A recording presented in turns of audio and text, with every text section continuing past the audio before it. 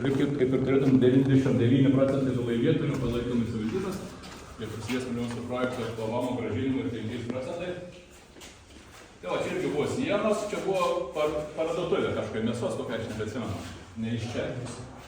Tai va, tai mes čia viską su vaikais nugriovėm, tai vaikai va, kala sienas ir turi nukalti į viršaus, kad paskui šveisim plytas ir atvažiuom nusimuliuos savo specialiai su aparatūra ir čia bus gražiai moderni kavinė, kuriam turės vaikai kur pabūt ir suaugęs. Čia nebus nei karbonado, nieko, čia bus kavinė, tai bus geros kavos užkandžių šiek tiek ir vietą praleis vakarėlius. Šnapsų nebus.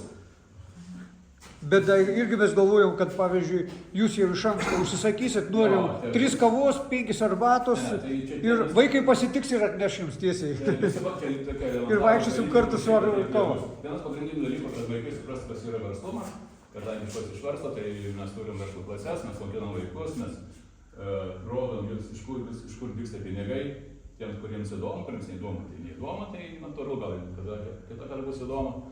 Tai tiesiog vaikai turi galimybę prisiliesti prie verslą ir suprasti, kad ne iš kortelės turi pinigų, jis kažkaip reikia užsidėti. Tai va, čia turėsim kavinę, kur leisim gerai laiką ir pasitiksim tokius turistus kaip jūs, su atskirais užkandžiais, su specialiu meniu, tai jūs atvažiuosite. Čia bus ilgi vakarai, kur galima pabūti kaip norės. Aš irgi džiaugiuosi fiksuodams, ką Alius pasako, ir paskui gal per atidarymą parodys, kokios buvo, kaip ką, unikalūs tie kadrai. Finansavimą buvo duos, bet jums dar reikės tikriausiai darbo vietas sukurta, ne? Nėra reikalinga.